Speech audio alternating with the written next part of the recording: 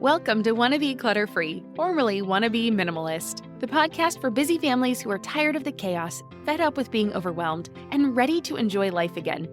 Each week, we talk about how to let go of the clutter so that you can focus on the things that actually matter. And it's not just physical clutter. We talk about the mental and emotional stuff too, because if it's holding you back, it's time to ditch it.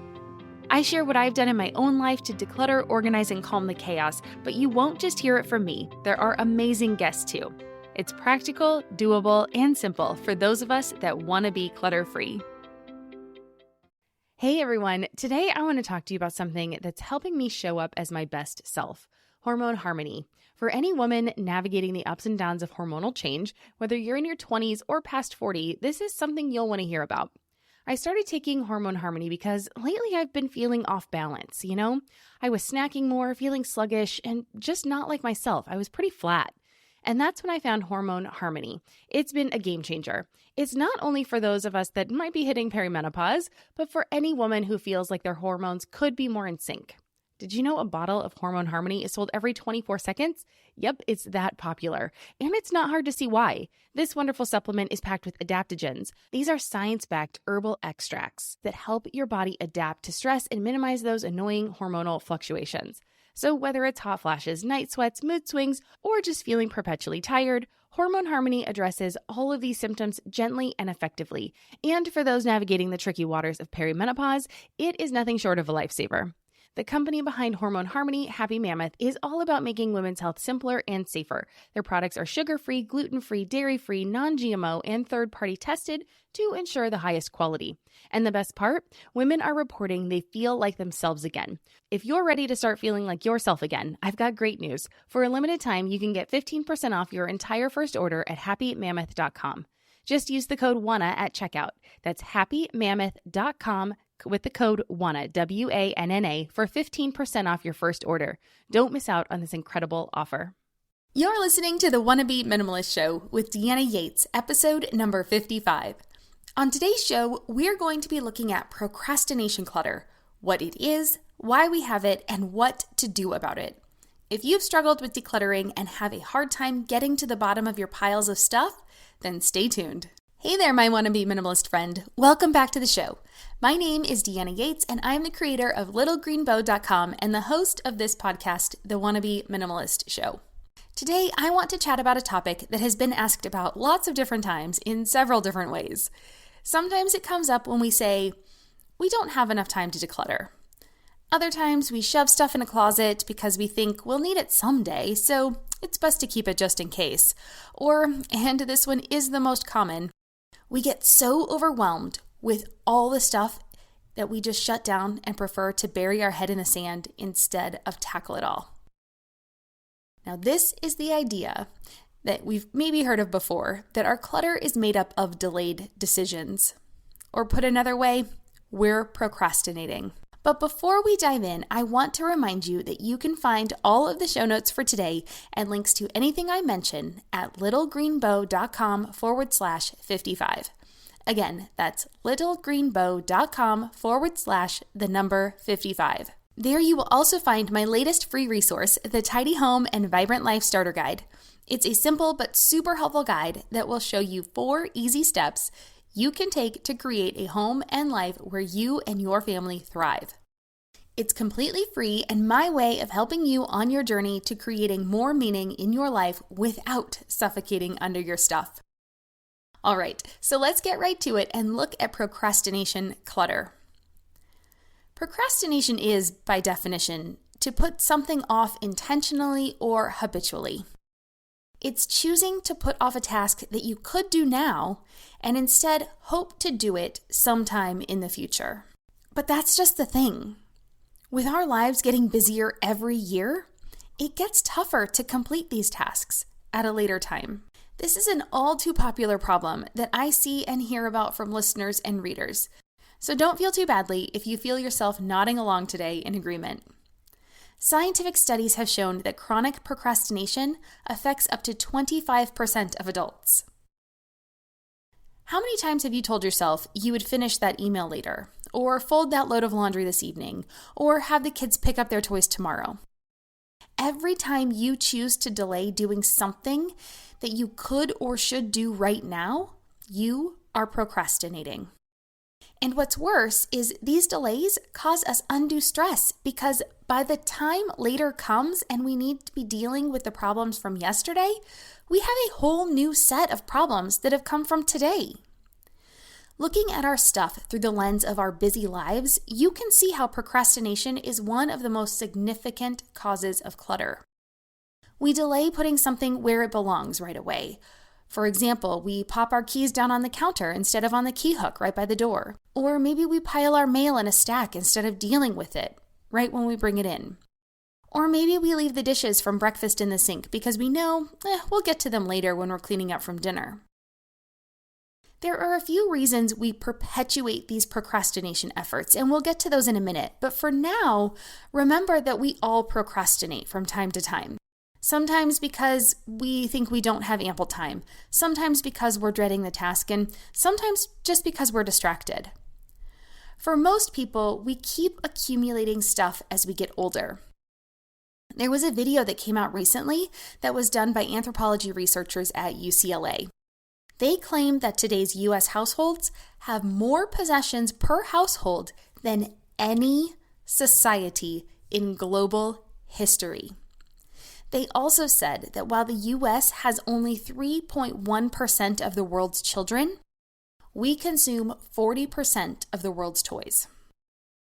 So no, our kids do not need the number of toys the marketers for Hasbro, Mattel, or Disney want you to believe. Children around the world are doing just fine with a fraction of the toys U.S. children have. But that's a topic for another day. Just know that our attachment to stuff starts early, so let's work on setting a better example for our children, starting with dealing with our own stuff. So why do we have procrastination clutter? There are 3 top reasons we have procrastination clutter, and I've hinted at them already. The first is that your items do not have a home, so they get put in the first convenient place you see. Most likely, that's an entry table, kitchen counter, or whatever flat surface you stop next to on your way into your home. When you don't know where something belongs, it's impossible to put it away. And worse, your family won't be able to put anything away either. I want to repeat that. When you don't know where something belongs, it's impossible to put it away, and your family won't be able to help either. I get a lot of people writing to me and telling me that their family is not on board with decluttering. And while that certainly might be true, a lot of times our homes feel cluttered simply because we're not cleaning up our messes as we go. We procrastinate cleaning up because we don't know how to clean things up and where to put them away. So look at the clutter in your home and ask yourself if you know where it belongs. And even if you do, does your family? If the items in your home have a place to belong, how can you work with your family to help them know where to put items? Think about using things like labels, bins, and showing them where items go without nagging or judgment. Preschoolers can keep their classrooms tidy because it's part of their daily routine and it's an expected activity that they all participate in. So see how you can emulate that process in your own home. The second reason we have procrastination clutter is because it's shoved away in a closet, out of sight, out of mind. This is true procrastination clutter.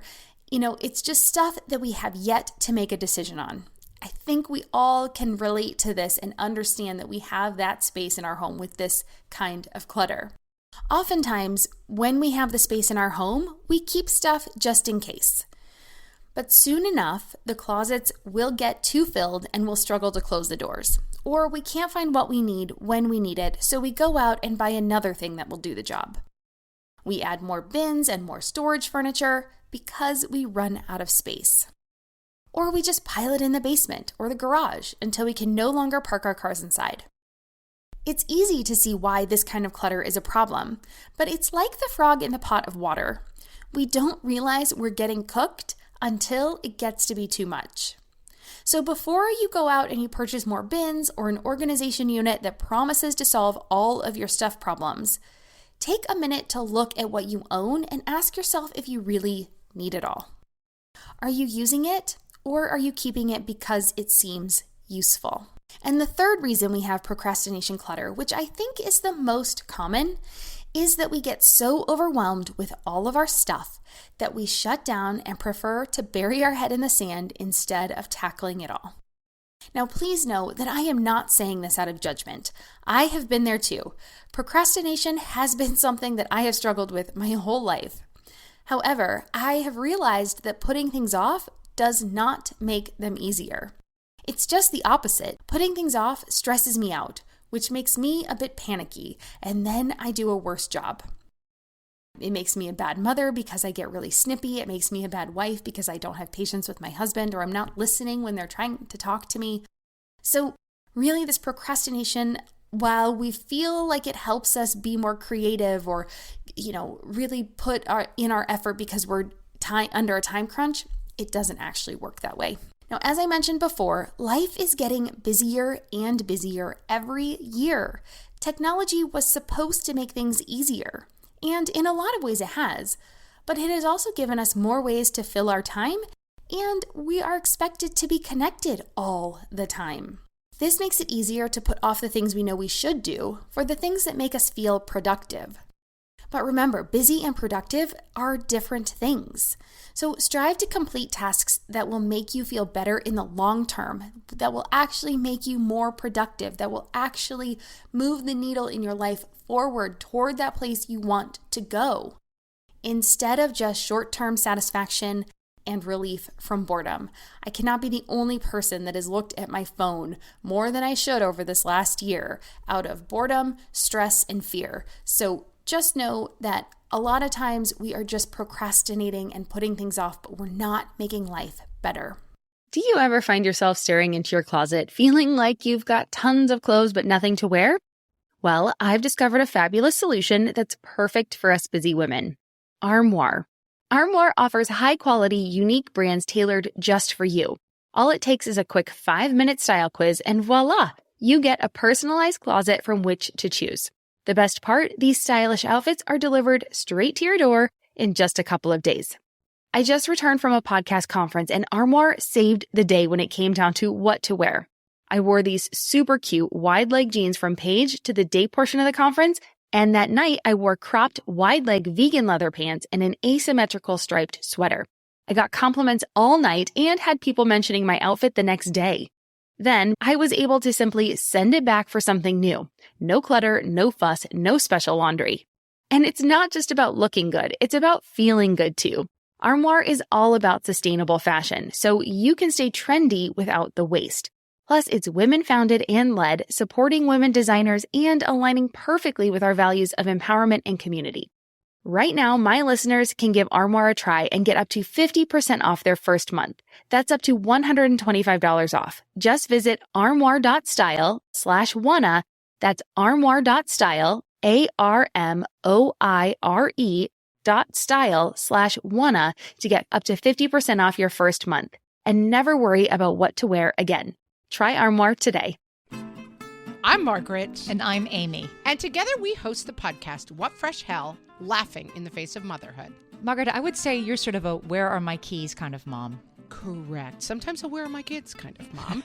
Well, you're, Amy, more of a we were supposed to leave 35 seconds ago, mom. I mean, touche. In each episode of What Fresh Hell, we come at a topic from our usually completely opposite perspectives. I bring the research. And I bring kind of the gimlet eye. Like, is that research really going to work, people? And almost 10 million downloads later, we're still laughing. We also talk to experts in the parenting field, plus parents with stories we can all learn from. We make each other laugh, we challenge each other's assumptions, and we have what we think is the best parenting community on the internet. Check out What Fresh Hell? Laughing in the Face of Motherhood wherever you listen to podcasts.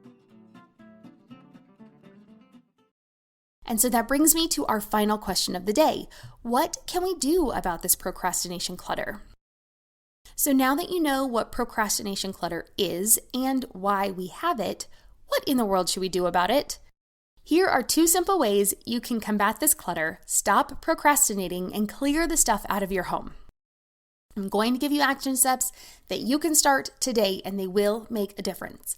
Number 1 is set a timer. So many times we put off tasks because we make them out to be these big, giant, ugly things in our heads. We leave the laundry in the dryer because it feels too difficult to fold it and put it away. Or the dishes stay in the dishwasher, even though we ran it because we don't have time to put them away during our busy mornings, or so we think. Or we don't tackle cleaning out the closet because, and I quote here, it's going to take forever, end quote. Is it really? Of course it's not, but as humans, we have a tendency to overcomplicate things. So the next time you're folding laundry, putting the dishes away, or decluttering a space, set your timer and see how much time it actually takes. Let's be scientific about it. Let's actually gather the data that matters instead of listening to emotions or, unpredictable things like our head that is making something crazier than it should be. You might be surprised to learn that you can fold an entire load of laundry and put it away in less than 10 minutes. Or maybe the dishes are done in less than 2 minutes when you thought it would take 5 to 10. In that closet, you're shocked to see how much you were able to accomplish in just 15 minutes while listening to a podcast or your favorite music. So by the end of this episode, you could have decluttered a closet while you were listening to me talk about it. So that's number 1. Just set a timer and actually figure out how long these things take so you can make them more manageable and not this big scary monster that you've made up in your head. And number 2 is to start small. The best way to tackle a project is one part at a time. Now, your home did not suddenly become cluttered overnight. It's taken years of adding to your belongings. Holidays, kids, inheriting items, outgrowing or updating things without tossing the old ones. Those are the things that have led your home to the state that it is in right now. But it's time to stop waiting until tomorrow, and it's time for us to actually do something about it. So pick one spot, one drawer, one closet, one end of your home, and just start. Set your timer for 15 minutes and race to see how much you can get done. Grab a donation box, a recycle bin, and a garbage bag and get to work. Put things where they belong, and if you don't know where that is, think about where you would look for it first and take it there. Now resist the urge to keep things you haven't used in years just because you might need it someday. I want to let you in on a bonus tip, and it's a dirty little secret. As soon as you toss something you were saving just because it was useful, your brain is going to come up with a reason to use it. You are going to think of something that you could use that obscure thing for that you took to Goodwill last week. I want you to try to not beat yourself up over it because you let it go and you made space in your life, and that is a positive. That's a good thing. I want you to look at it with that positive lens. Instead of beating yourself up, I want you to ask yourself if there's something else that you can use instead. Or if you can't think of anything, I want you to ask yourself if you would have even remembered that you had that thing before you came across it while you were decluttering. Now, most often that answer is going to be no, because as you were cleaning out your closet, you found all sorts of treasures in there that you didn't even know existed. Now, if you really need it, you would have gone out to purchase it, even if you hadn't run across it, because you probably didn't remember you had it, okay? So think about that. But the funny thing is, you probably would not have even thought about whatever this idea is before you decluttered. But because we just decluttered it and tossed it, it is fresh in our minds. Now that means we are more likely to think about it and create that reason we need it. Aren't humans funny? We do that. So don't let that kind of stuff derail you. Understand that it's going to be part of the process. If money is really tight for you, create your threshold on things that you wouldn't be willing to go out and purchase. So maybe that's $5, maybe it's $10, maybe it's $20. It really will depend on your own situation. But if it falls under that threshold, then go ahead and toss it. If $5 isn't gonna, make or break you this month, toss anything that you can buy for less than $5 or $10 or $20 and just let it go. And then before you regret throwing it away or go out and purchase it again, sit with it for a day and see if it's something that you really would go out of your way and do, or if it's just something that's popping up in your consciousness just because you ran across it. Okay? And there you have it.